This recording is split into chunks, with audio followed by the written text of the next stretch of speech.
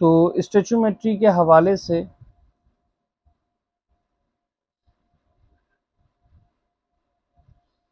हम ये कहते हैं कि stoichiometry is the quantitative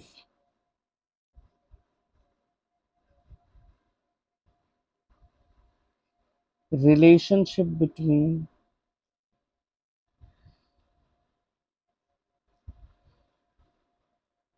reactants and products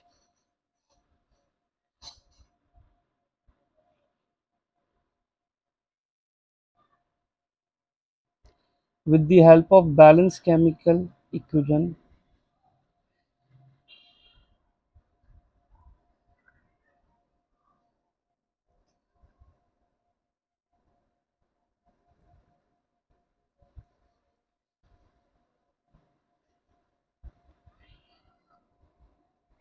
अब स्टोइचियोमेट्री में जो इनिशियल डिस्कशन है वो हम लोग किस तरीके से पढ़ते हैं, mass mass relationship, mass volume relationship, volume volume relationship, यानी कि क्वेश्चन में मास गिवन हो और मास फाइंड करने के लिए कहा जाए, क्वेश्चन में मास गिवन हो वॉल्यूम फाइंड करने के लिए कहा जाए, या क्वेश्चन में वॉल्यूम गिवन हो और वॉल्यूम फाइंड करने के लिए कहा जाए। ये इनिशियल डिस्कशंस होते हैं स्टोइचियोमेट्री के। मॉडिफाइड डिस्कशन में हमारे पास लिमिटिंग रिएक्टेंट आता है, परसेंटेज यील्ड आता है, एक्सेस रिएक्टेंट आता है, लेकिन सबकी मेन जो थीम है वो सेम है कि अगर आपको स्टोइचियोमेट्री के सिंपल क्वेश्चन सॉल्व करने आते हैं तो आप लिमिटिंग रिएक्टेंट भी सॉल्व कर सकते हैं, आप एक्सेस रिएक्टेंट भी सॉल्व कर सकते हैं, आप परसेंटेज यील्ड के न्यूमेरिकल्स भी सॉल्व कर सकते हैं।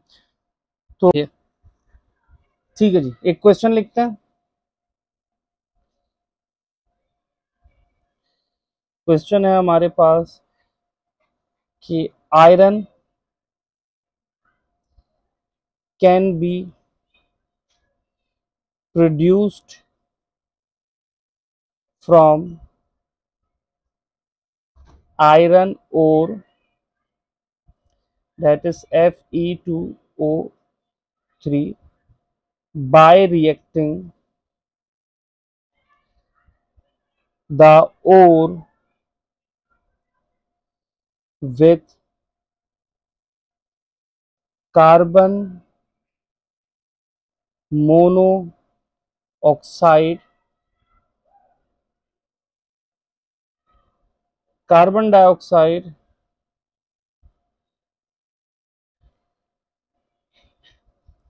is produced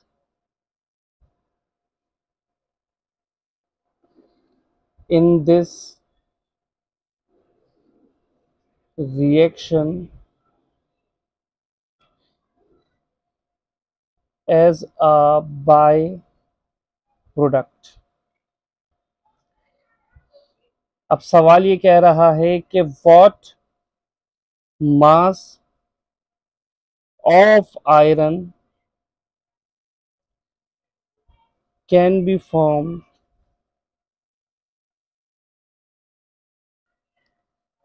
from 425 grams of iron ore। ठीक है, और इस क्वेश्चन का रेफरेंस क्या है,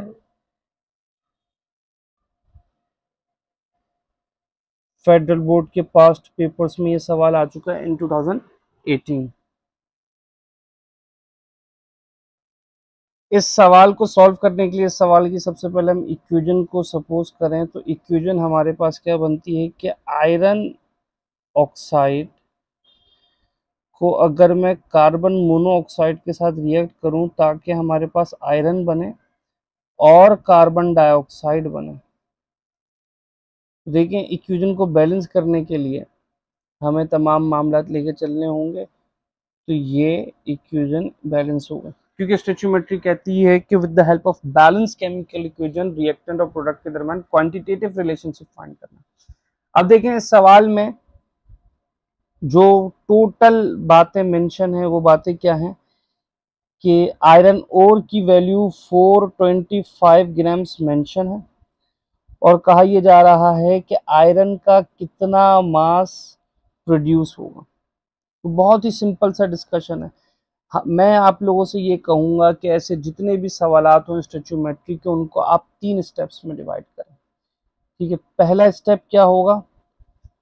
पहला स्टेप ये होगा आप लोगों के पास कि जो वैल्यू आपके पास गिवन है किसी सब्सटेंस की, जो मास आपके पास किसी सब्सटेंस का गिवन है, आप उस मास को सबसे पहले मोल्स फाइंड करने के लिए यूज करें। जिस सब्सटेंस के भी मास गिवन है उस सब्सटेंस के मोल्स निकालने, फिर मोल रेशो फाइंड करें, और एट द एंड जिस सब्सटेंस का कोई भी अमाउंट फाइंड करने के लिए कहा जा रहा है वो जाए। तो 3 स्टेप्स हमारे पास होगा, moles, mole ratio and then the amount.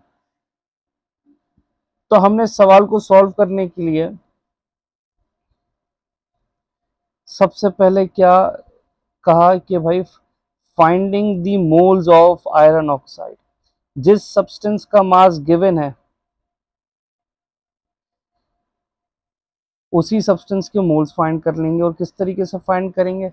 देखिए, आयरन हमारे पास जो एटम है इसका एटॉमिक मास ऑलमोस्ट 56 AMU होता है, और ऑक्सीजन का होता है 16 AMU। ठीक है, तो हमारे पास मोल्स फाइंड करने के लिए तरीकेकार क्या होगा कि हमने यहाँ पे फॉर्मूला लिखा कि moles is equal to mass divided by molecular mass. Mass सवाल में कितना गिवन है? 425, और मॉलिक्यूलर मास तो ये हो गया 56 इंटू 2, और फिर हमारे पास ये बना 160। तो 425 डिवाइडेड बाय 160, इसके मोल्स हमारे पास ऑलमोस्ट कितने आए? 2.65 मोल्स। ये हमने पहला स्टेप कंप्लीट कर लिया कि जिस सब्सटेंस की वैल्यू गिवन है उस सब्सटेंस के मोल्स निकालना। दूसरा स्टेप क्या है? Mole ratio. मोल रेशो क्या होगा कि अभी जिसके आपने मोल्स निकाल लिए और जिस सब्सटेंस की अमाउंट निकालनी, इन दोनों के दरमियान मोल रेशो फाइंड करना, ये स्टेप। तो हमने यहाँ पे मेंशन किया फाइंडिंग मोल रेशो।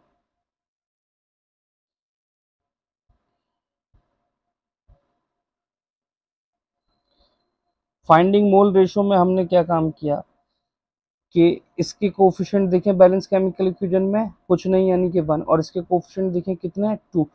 तो आयरन ऑक्साइड Fe2O3, और ये हो गया आयरन। तो इन दोनों के दरमियान कोफिशिएंट्स का रिलेशन है 1:2, यानी कि आयरन ऑक्साइड 1 मोल के होंगे तो आयरन कितने मोल्स का बनेगा? 2। तो अगर ये आपके पास वैल्यू है 2.65, कितनी है? 2.65, तो ये कितनी हो जाएगी? इसकी ट्वाइस 5.3। इट मीन्स के moles of iron is equal to 5.3 moles. देखें, स्टोइचियोमेट्री को सॉल्व करने के 2 मेथड हो सकते हैं, एक यूनिटरी मेथड और एक मोल रेशो मेथड। फिल वक्त मैं ये सवाल मोल रेशो मेथड से सॉल्व कर रहा हूँ। यूनिटरी मेथड से भी सॉल्व किया जा सकता है, उसमें स्टेटमेंट्स का इस्तेमाल किया जाता है। मुझे पर्सनली ये मेथड ज़्यादा अच्छा लगता है, तो मैं इस मेथड से सवालात को सॉल्व करता हूँ। इस सेकेंड स्टेप में आपने मोल रेशो मेथड लगा लिया। पहले स्टेप में आपने क्या किया कि जिस सब्सटेंस की अमाउंट गिवन थी उस सब्सटेंस के मोल्स निकाल लिए।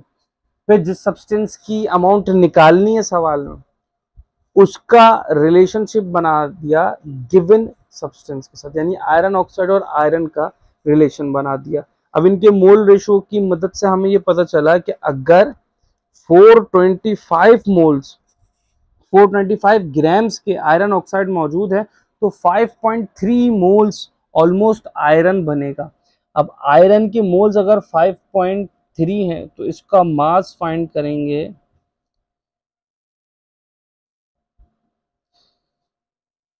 तो हमने लिखा फाइंडिंग मास ऑफ आयरन, और यहाँ पे वैल्यू बनी कि मास ऑफ आयरन के लिए फॉर्मूला बना कि moles of iron into the its atomic mass, क्योंकि आयरन एक एटम है इसलिए यहाँ पे मैंने एटॉमिक मास यानी AR। तो मोल्स की वैल्यू कितनी थी हमारे पास 5.3, एटॉमिक मास इसका 56। ये बना हमारे पास आयरन का मास 296.8 ग्राम्स। ये हमारे पास हो गया इस सवाल का जवाब। ये आपके पास इस सवाल का जवाब बन गया। ठीक है जी।